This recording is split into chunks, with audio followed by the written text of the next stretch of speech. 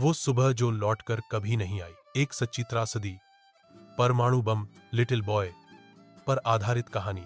6 अगस्त 1945 की वो सुबह बाकी दिनों जैसी ही थी। हिरोशिमा शहर के लोग धीरे धीरे जाग रहे थे। किसी को इस बात का जरा भी अंदाजा नहीं था कि कुछ ही मिनटों में उनका जीवन पूरी तरह बदलने वाला है। सूरज अपनी पहली किरणें धरती पर फैला चुका था। गर्मियों की सुबह थी, मगर हवा में हल्का सा ठंडापन था। स्कूल जाने वाले बच्चे अपने बस्तों को समेट रहे थे, दुकानदार अपनी दुकानें खोल रहे थे और कुछ महिलाएं बाजार जाने की तैयारी कर रही थीं। इसी शहर की एक पुरानी गली में एक 12 साल की बच्ची सादाको सासाकी अपने बिस्तर से उठी। वो बेहद चंचल और प्यारी बच्ची थी, जिसे अपने लाल रंग की छतरी बेहद पसंद थी। आज भी वो उसी छतरी के साथ स्कूल जाने के लिए तैयार हो रही थी। उसकी मां ने उसके लिए चावल की 2 बॉल्स और थोड़ी सी फलियां पैक की थीं। सादाको ने मां से कहा, आज मैं अपने दोस्त के साथ दोपहर का खाना बांटूंगी। उसकी मां मुस्कुराई और उसके माथे को चूमकर कहा, जाओ, लेकिन देर मत करना। सादाको घर से निकल चुकी थी। वो अपनी छतरी घुमाते हुए सड़क पर चल रही थी, हर कदम पर जीवन से भरी हुई। चारों ओर जीवन था। ठेले वाले, साइकिल से स्कूल जाते बच्चे, खिड़कियों से झांकती दादियां और पंछियों की चहचहाहट। हिरोशिमा पर एनोला गे से गिरा लिटिल बॉय। सुबह के ठीक 8:15 बजे उस बम को हिरोशिमा शहर के ऊपर गिरा दिया गया। पहले तो एक अजीब सी चमक फैली, इतनी तेज कि पलकों के पीछे भी रोशनी समा जाए। फिर एक पल के लिए सन्नाटा, और फिर एक ऐसी आवाज जो पहले कभी किसी ने नहीं सुनी थी। एक जोरदार धमाका। एक पल में ही आसमान आग का गोला बन गया। हवा ऐसी गर्म हुई कि इंसानों की खाल पिघलने लगी। बचपन, जवानी, बुढ़ापा सब एक साथ राख में तब्दील हो गए। सादाको का लाल छाता, जो कुछ ही पलों पहले हंसी में झूम रहा था, अब जली हुई जमीन पर पड़ा था अधजला, झुलसा हुआ, गवाही देता हुआ उस त्रासदी की जो इस धरती पर पहली बार घटी थी।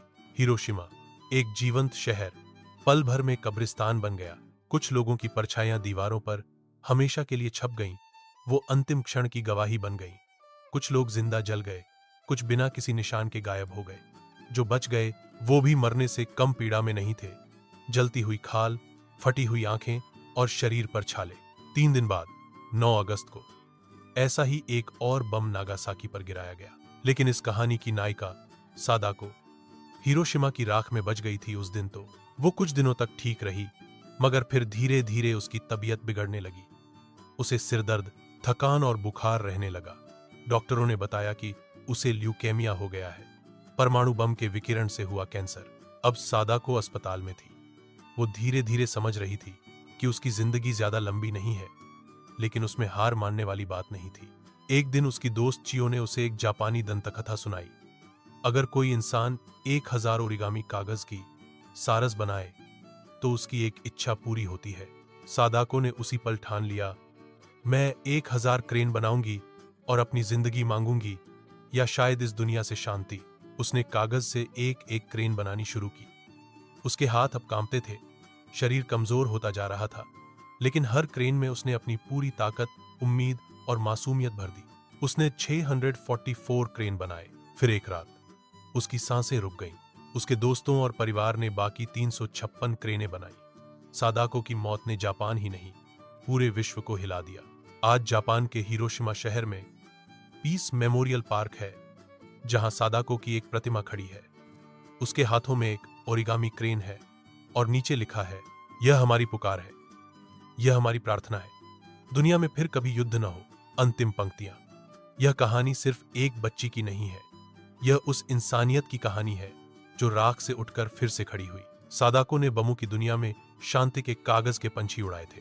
आज भी जब हम ओरिगामी क्रेन बनाते हैं, जब हम युद्ध का विरोध करते हैं, जब हम शांति की बात करते हैं, तब हम सादाको के अधूरे सपनों को पूरा कर रहे होते हैं। If you like this video, please comments, like and subscribe. Thanks for watching.